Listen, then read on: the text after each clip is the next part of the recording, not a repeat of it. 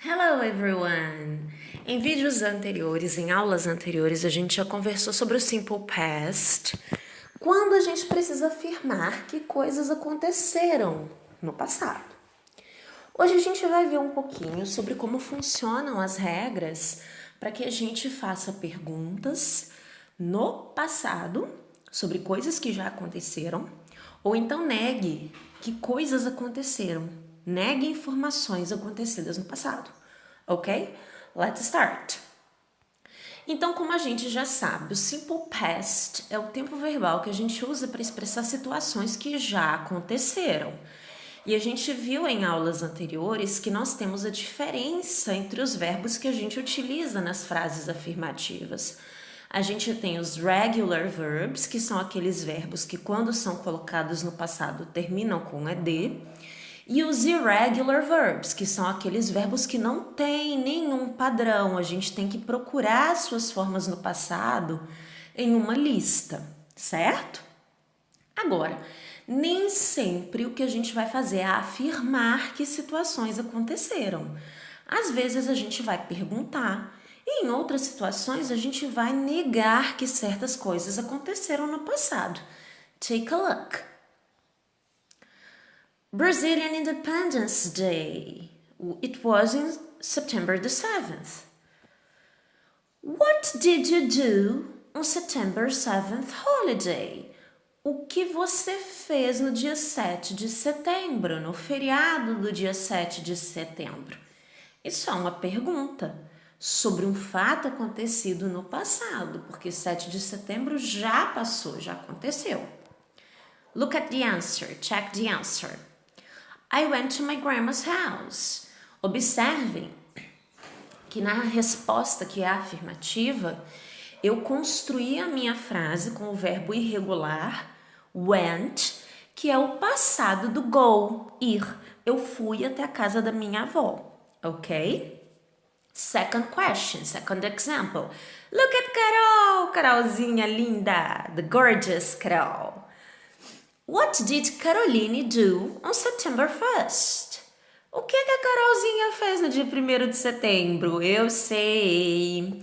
Carolzinha threw a party for Zoe. Ela fez uma festa de aniversário para Zoe. Nessa frase eu utilizei mais uma vez um verbo irregular, que é o threw, passado do throw, que pode significar atirar, arremessar, jogar ou, nesse sentido, fazer uma festa de aniversário, ok?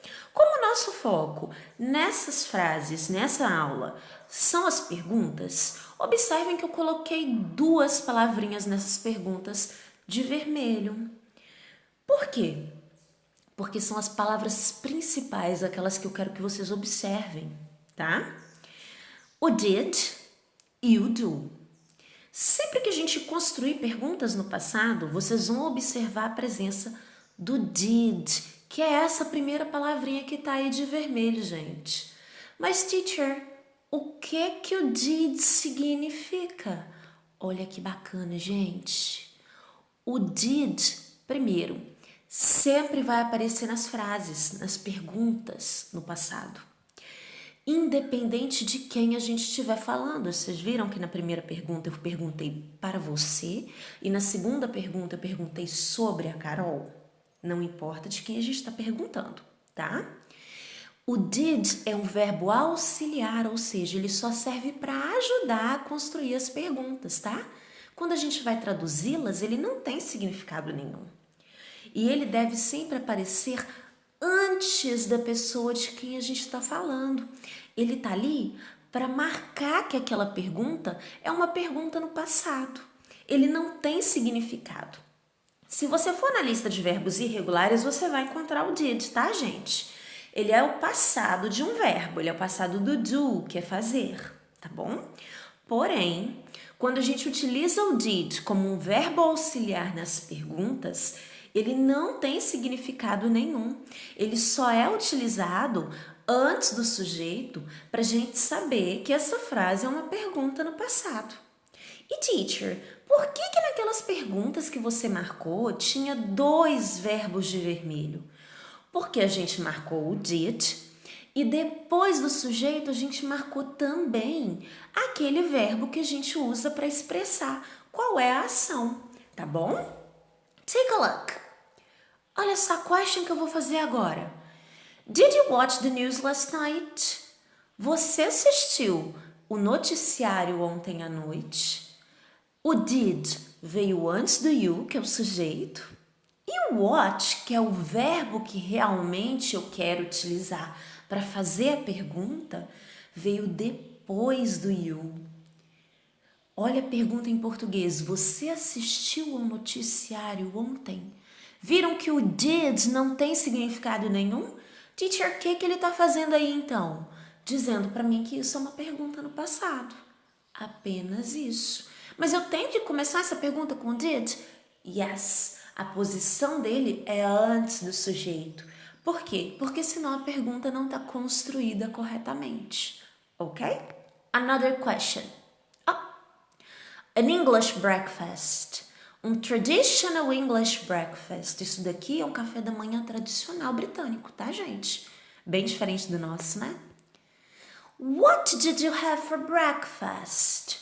O que você comeu? O que você teve no café da manhã? Observem que aqui eu usei o have como comeu, tá ok? Porque quando a gente vai falar sobre refeição, a gente utiliza o have nesse sentido. E o did, gente, onde que apareceu? Antes do sujeito, antes do you. Mas teacher, ele não apareceu no início da frase. Realmente ele não apareceu. Por quê? Porque a gente tem um pronome interrogativo no início.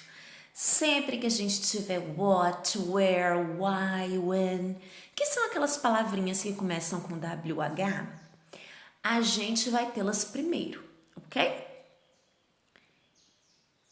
Very important observation. Observem que essa consideração é muito importante. Quando a gente usa o did, o verbo que vai indicar a ação no passado, ele não vai ser escrito no passado, ele vai ser escrito na forma natural. Então, olha só que interessante, gente. Aquelas regrinhas de verbos regulares e irregulares só são importantes quando a gente vai construir frases na forma afirmativa. Quando a gente está construindo perguntas, o did já está dizendo para gente que aquela frase é uma frase no passado. Então, o verbo que expressa a ação não precisa ser escrito no passado também. Ele vai ser escrito no que a gente chama forma natural, do jeito que você o encontra no dicionário, ok? Attention! Olha só. Question, pergunta. What time did you get up this morning? Que horas você acordou hoje de manhã? Eu usei o did para construir a pergunta, para dizer que essa pergunta é uma pergunta no passado. Olha aí, antes do sujeito, do you. E depois do you eu coloquei o get up, que significa acordar, ok?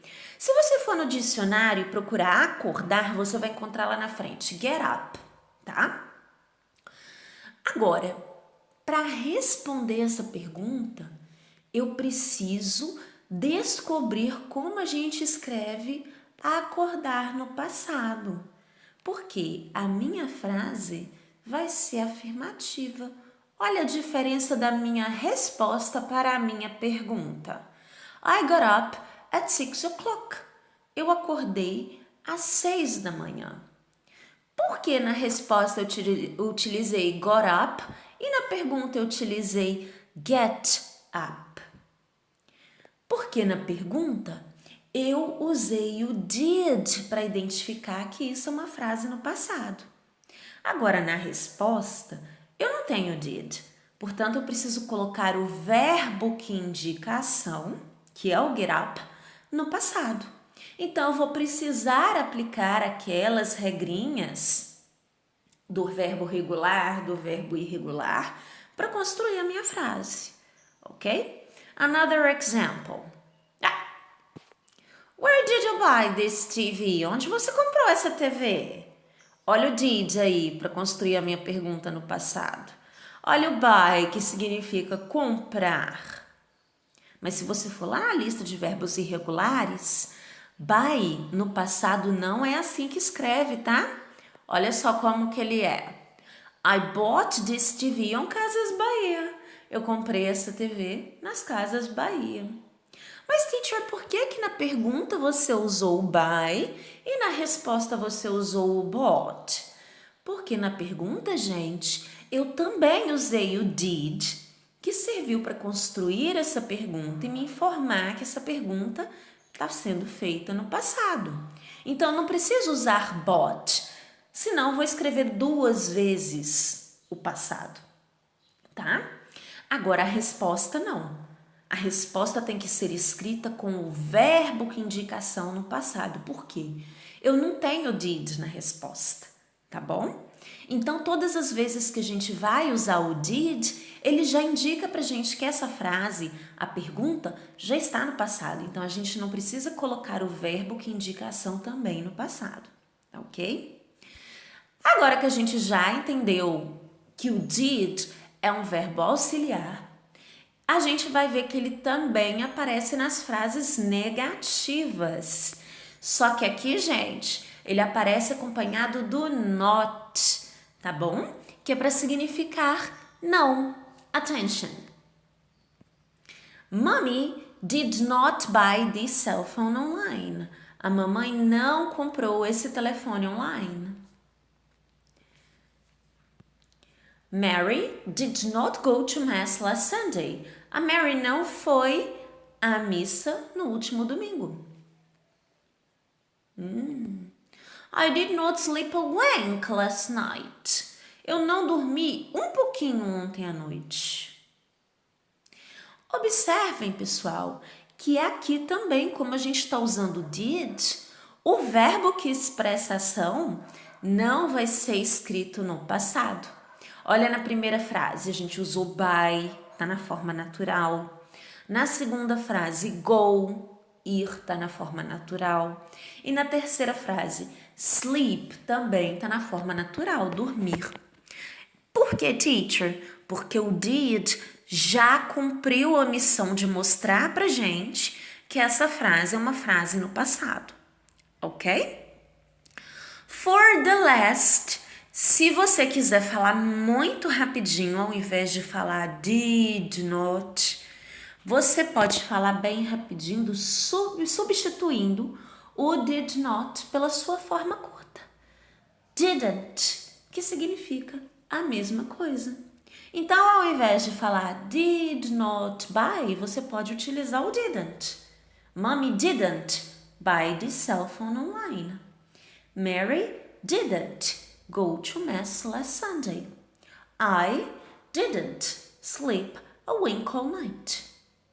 I hope it's okay for you the interrogative and negative forms of the simple past.